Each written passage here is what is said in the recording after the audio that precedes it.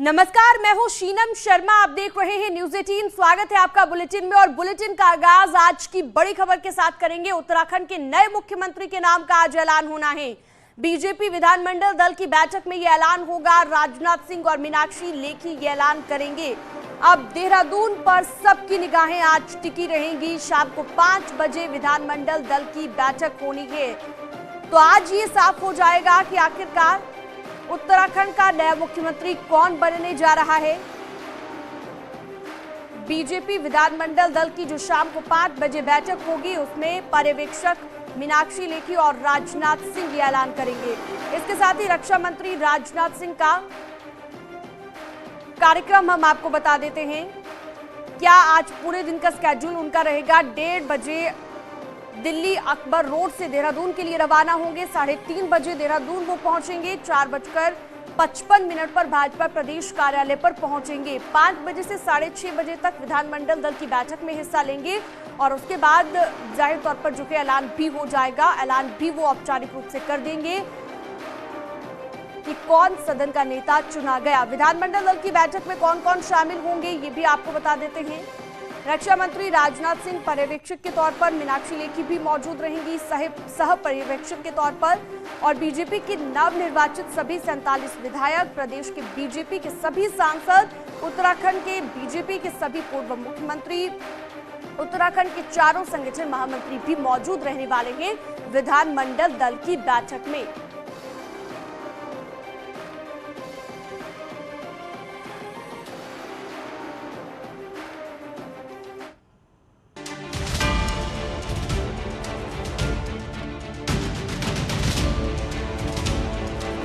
उत्तराखंड में तमाम उठापटक के बाद आज मुख्यमंत्री के नाम से सस्पेंस हटने वाला है।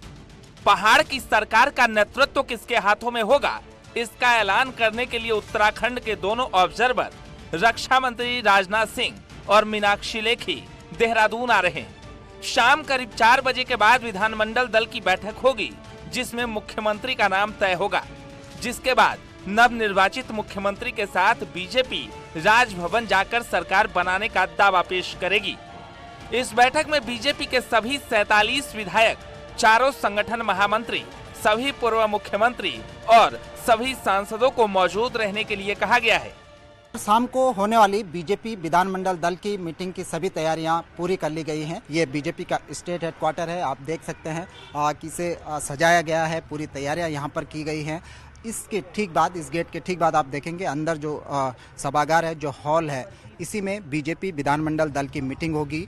विधानमंडल दल की मीटिंग में जहां संगठन के चारों महामंत्री होंगे, महामंत्री संगठन होंगे, तो वहीं सांसद भी इस मीटिंग में मौजूद होंगे। और सांसदों के साथ ही यहां पर जो केंद्रीय ऑब्जर्वर हैं वो नेता सदन के नाम का एक तरह से औपचारिक रूप से ऐलान करेंगे। विधायकों की उसमें सहमति ली जाएगी और उसके बाद नवनिर्वाचित मुख्यमंत्री और बीजेपी के प्रदेश अध्यक्ष राजभवन जाएंगे और राजभवन में गवर्नर के सामने सरकार बनाने का दावा किया जाएगा।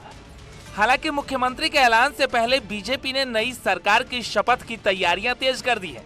देहरादून के परेड ग्राउंड में 23 मार्च को सरकार का शपथ ग्रहण समारोह होगा। इसके लिए भव्य तैयारियां शुरू हो चुकी हैं। उत्तराखंड में नई सरकार के गठन की तैयारियां तेज हो गई हैं। मुख्यमंत्री के चयन के बाद जो शपथ ग्रहण समारोह है वो देहरादून के इस परेड ग्राउंड में किया जाएगा। आप देख सकते हैं यहाँ पे इस कार्यक्रम को भव्य रूप देने के लिए यहाँ पे तैयारियां अब तेज हो चुकी हैं। किस तरीके की तैयारियां यहाँ पे की जा रही हैं, हमारे साथ यहाँ पे जो टेंट हाउस के जो लोग हैं उनसे ही बात कर लेते हैं कि क्या कुछ यहाँ पे देखने को मिलेगा और किस तरीके की वो तैयारियां कर रहे हैं। सर, क्या कुछ आप यहाँ पे लगा रहे हैं और क्या रहेगा आगे? अभी इस समय जहाँ पर अभी हम खड़े हैं, यहाँ पर स्टेज बनेगा जिसमें सारे अधिकारीगण, मुख्यमंत्री जी, मोदी जी जो बैठेंगे यहाँ पर बैठेंगे। और जहाँ सामने है, सामने आपका पूरा पब्लिक का सीटिंग रहेगा। इधर विधायक लोग इधर बैठेंगे और बाकी जो आपका आगे बनेगा वो डी बनेगा, इसलिए बनता है जो गाइडलाइंस है। क्योंकि सरकार दोबारा रिपीट हुए उत्तराखंड में, तो इसलिए भी इस कार्यक्रम को बड़ा भव्य रूप दिया जा रहा है। और ये भी बताया जा रहा है कि इस कार्यक्रम में प्रधानमंत्री नरेंद्र मोदी, अमित शाह के साथ केंद्र के कई बड़े मंत्री भी इस कार्यक्रम में शिरकत कर सकते हैं और अन्य राज्यों के भी मुख्यमंत्री यहां पहुंच सकते हैं। शपथ ग्रहण समारोह में पीएम मोदी समेत कई बड़े नेता और बीजेपी शासित राज्यों के मुख्यमंत्री आने वाले हैं। ऐसे में समारोह को भव्य रूप देने की तैयारी चल रही है। फिलहाल बीजेपी उत्तराखंड का कमांडर किसे बनाती है, ये सस्पेंस भी आज खत्म होने वाला है। सुनील नप्रभात के साथ Satyendra Bartwal, news 18 Dehradun.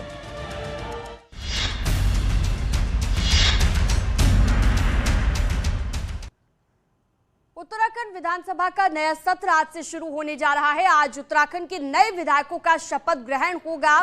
Pro tem speaker Banshidhar Bhagat शपथ दिलवाएंगे। 11 बजे प्रोटेम स्पीकर विधायकों को शपथ दिलवाएंगे। विधानसभा में नए विधायकों का शपथ ग्रहण होना है। प्रोटेम स्पीकर 10 बजे राजभवन में शपथ लेंगे। तो 10 बजे प्रोटेम स्पीकर दरअसल ये शपथ ग्रहण करवाएंगे और आज से उत्तराखंड विधानसभा का नया सत्र शुरू होने जा रहा है।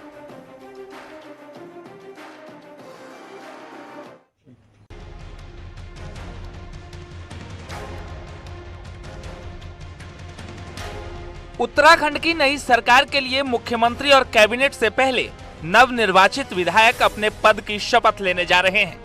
सुबह करीब 11 बजे प्रोटेम स्पीकर के रूप में बंशीधर भगत सभी विधायकों को शपथ दिलाएंगे। विधायकों के शपथ ग्रहण की सभी तैयारियां पूरी कर ली गई हैं। ये विधानसभा भवन है। इस विधानसभा के इसी गेट से विधायक एक एक करके विधानसभा मंडप में जाएंगे और जहां पर प्रोटेम स्पीकर बंशीधर भगत नवनिर्वाचित विधायकों को शपथ दिलाएंगे। इससे पहले प्रोटेम स्पीकर बंशीधर भगत सुबह 10 बजे राजभवन में प्रोटेम स्पीकर की शपथ ग्रहण करेंगे। बंशीधर भगत इस असेंबली के सबसे सीनियर मोस्ट विधायकों में से एक हैं, जो 7वीं बार विधानसभा में चुनकर आए हैं। प्रोटेम स्पीकर चुने गए बंशीधर भगत 7वीं बार विधायक चुने गए। प्रोटेम स्पीकर बनाए जाने को लेकर उन्होंने कहा कि जो भी जिम्मेदारी मिलेगी उसे वो निभाएंगे। सीनियर मोस्ट हैं इसलिए प्रोटेम स्पीकर बनाया है और आगे जो जिम्मेदारी पार्टी देगी उसके हिसाब से हम काम करेंगे। रोड मैप जनता के हिसाब से होता है, जनता जैसा डिमांड करेगी उस हिसाब से काम करेंगे। सब मिला करके प्रदेश के हित में जिस प्रकार से भी बन पड़ेगा वो काम करेंगे। करीब 10 बजे बंशीधर भगत राजभवन में प्रोटेम स्पीकर की शपथ लेंगे। उसके बाद करीब 11 बजे विधायकों को शपथ दिलाएंगे, जिसके लिए विधानसभा सचिवालय में तैयारी पूरी कर ली गई है। आप देख सकते हैं कि जो विधानसभा की कालीन है उसको बदला जा रहा है। इसके साथ ही तमाम जो रंग रोगन की प्रक्रिया है उसको भी यहाँ पर अंजाम दिया जा चुका है। इसके साथ साथ सभा मंडप को भी खूबसूरत ढंग से सजाया गया है। तो अब सभी को इंतजार है सुबह 11 बजे का, जब नवनिर्वाचित विधायक विधानसभा में विधायक की शपथ ग्रहण करेंगे। कैमरा पर्सन योगेंद्र योगी के साथ सुनील नौप्रभात, न्यूज़ 18 देहरादून। देहरादून से मेरे सहयोगी दीपांकर भट्ट मेरे साथ लाइव जुड़ चुके हैं। दीपांकर, आज पूरा दिन हलचल उत्तराखंड में हमें नजर आने वाली है। पहले सुबह 10 बजे प्रोटेम स्पीकर बंशीधर भगत शपथ लेंगे, 11 बजे विधायकों को दिलवाएंगे और शाम को विधानमंडल दल की बैठक भी होनी है। पूरे दिन क्या कुछ हलचल रहेगी, विस्तार से बताइए। बिल्कुल सीरम, जिस दिन का इंतजार खास तौर पे उत्तराखंड की जनता को था, भारतीय जनता पार्टी को था, वो दिन आज है जब यह तय होगा कि उत्तराखंड का अगला मुख्यमंत्री कौन होगा। बीजेपी ऑफिस जो बलबीर रोड पर है, पिछले 1 साल में यहां पर 2 बार विधानमंडल की बैठकें हुई हैं, लेकिन ये बिल्कुल एक नई चुनी हुई सरकार है जिसमें नया मुख्यमंत्री कौन होगा ये आज तय हो रहा है। शाम 5 बजे ये बैठक होगी और इसके लिए बीजेपी ऑफिस को यहां पर सजाया गया है। इसके अलावा आज का जो दिन सुबह से एक्टिविटीज रहेंगी। 10 बजे यहां पर प्रोटेम स्पीकर की शपथ लेंगे बंशीधर भगत, जो कालाढूंगी से विधायक हैं, राज्यपाल उन्हें शपथ दिलाएंगे। 11 बजे विधानसभा में सभी 70 विधायक की शपथ लेंगे और उसके बाद जो आज का दिन शुरू होगा वहां पर बीजेपी के लिए बहुत कुछ एक्टिविटीज है। सबसे बड़ा सवाल अभी भी यही है कि अगला मुख्यमंत्री कौन होगा। क्या वो 47 विधायकों के बीच से होगा या फिर पुष्कर सिंह धामी होंगे या कोई सांसद होगा। ऐसे बहुत सारे सवाल अभी भी हैं, लेकिन आज ये बात साफ है कि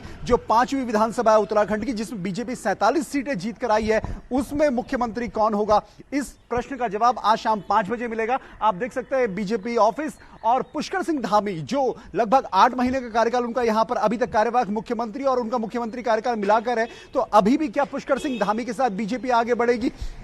जो खबर है कि माना यही जा रहा है कि पुष्कर सिंह धामी पर एक बार फिर से भारतीय जनता पार्टी का शीर्ष नेतृत्व भरोसा जता सकता है, लेकिन जब तक बीजेपी की विधानमंडल दल की बैठक नहीं हो जाती तब तक यह सस्पेंस बरकरार है। और आज 12वां दिन है रिजल्ट के बाद का, जब तय होगा कि उत्तराखंड में किसको कमान मिलने जा रही है। सीरम। बिल्कुल दीपांकर, आपने सही कहा, आज का दिन बहुत महत्वपूर्ण है उत्तराखंड के लिए। बहुत बहुत शुक्रिया आपका इस तमाम जानकारी के लिए और बातचीत के लिए। तो बीजेपी यूपी सरकार के शपथ ग्रहण समारोह को भव्य बनाने की तैयारी में भी जुटी है और इसके लिए संगठन ने कार्यकर्ताओं को संदेश दिया है, जिसमें कहा गया है कि सभी जिलों के कार्यकर्ता शपथ में पहुंचे, शक्ति केंद्र तक कार्यकर्ता आए और शक्ति केंद्र तक के कार्यकर्ता भी आए, सांसद और विधायक भी गाड़ियों का इंतजाम करें, गाड़ियों पर पार्टी का झंडा लगाकर आए। कम से कम हर क्षेत्र से 2-2 कार्यकर्ताओं को इकाना स्टेडियम आने को कहा गया है। शपथ के दिन मंदिरों में पूजा अर्चना करने को भी कहा गया है। इसके अलावा बीजेपी डॉक्टर्स, इंजीनियर्स और साधु संतों को भी शपथ में आने का न्योता दी।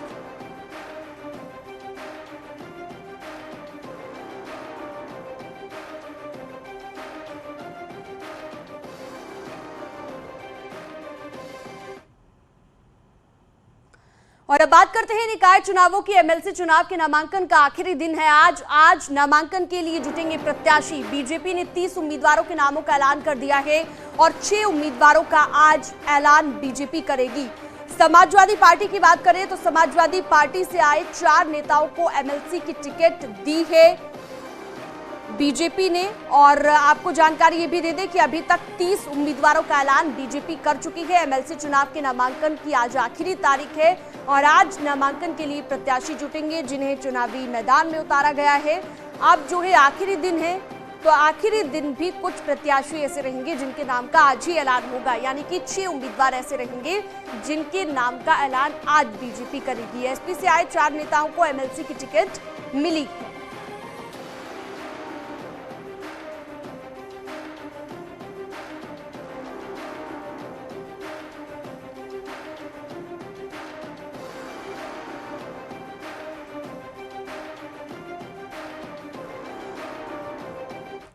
तो एमएलसी चुनाव को लेकर कुछ महत्वपूर्ण चीजें आपको बता देते हैं, एलईडी स्क्रीन के जरिए कुछ समझाते हैं। स्थानीय निकाय कोटे की 36 विधान परिषद सीटों के लिए चुनाव करवाए जा रहे हैं और इसके लिए मतदान 9 अप्रैल और मतगणना जो है अप्रैल में होनी है। तो आपको जानकारी ये भी दे दें कि एमएलसी के लिए बीजेपी ने 30 उम्मीदवार अभी तक चुनावी मैदान में उतारे हैं, ये हम आपको दिखा रहे हैं। 8 ठाकुर हैं, 4 ब्राह्मण हैं, तो सभी चीजों का ध्यान रखा गया है। समाजवादी पार्टी ने 34 प्रत्याशियों को अब तक टिकट दिया है।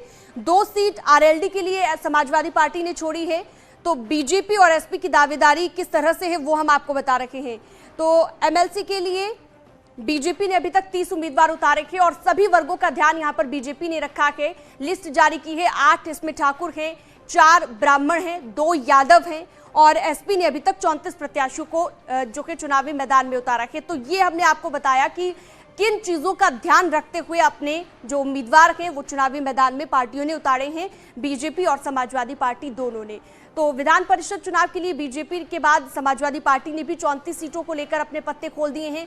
समाजवादी पार्टी ने 2 सीटें गठबंधन अपने सहयोगी दल आरएलजी को दी है और एसपी की ओर से जारी किए गए उम्मीदवारों की इस लिस्ट में चरण के लिए 2 उम्मीदवारों के नाम हैं।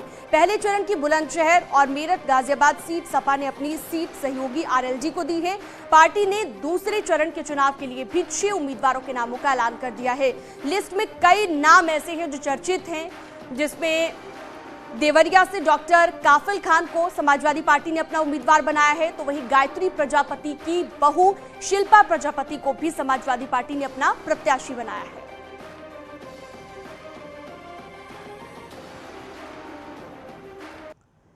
बरेली में एक मुस्लिम महिला को घर से बाहर निकाल दिया गया। आरोप यह है कि महिला ने बीजेपी को वोट दिया था, इसलिए परिजनों ने निकाल दिया। आरोप यह भी है कि परिजनों ने महिला की बेरहमी से पिटाई की है। इतना ही नहीं, महिला के पति पर 3 तलाक की धमकी देने का भी आरोप लगा है। महिला के मुताबिक ससुराल वालों ने ये धमकी दी कि अगर उसने पुलिस में शिकायत की तो वो लोग उसके भाई को जान से मार देंगे। लगातार मिल रही धमकियों के बाद पीड़ित महिला सीएम योगी से न्याय की गुहार लगा रही है।